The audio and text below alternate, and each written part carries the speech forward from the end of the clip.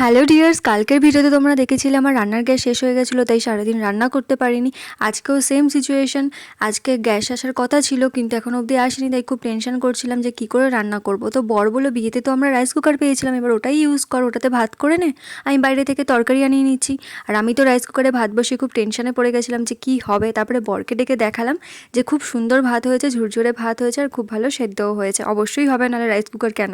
তো যাই হোক, প্রথমবার করেছিলাম বলে এক্সাইটমেন্টে একটু বেশি কাজ করছিল। তারপরে সন্ধেবেলা ঘুম থেকে উঠে সন্ধে দিয়ে নিলাম, তারপরে খেয়ে নিলাম চা, আর রাতের জন্য ময়দা মেখে রুটি বানিয়ে নিচ্ছি।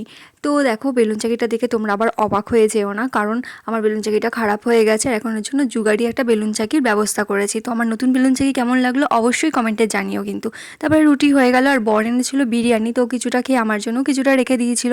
আর সন্ধেবেলার দিকে তো খিদে পাই, তো খিদে পেটে বিরিয়ানি মানে অমৃত, স্বর্গ স্বর্গ। তো চলো বাই, কেমন লাগলো ভিডিওটা জানিও।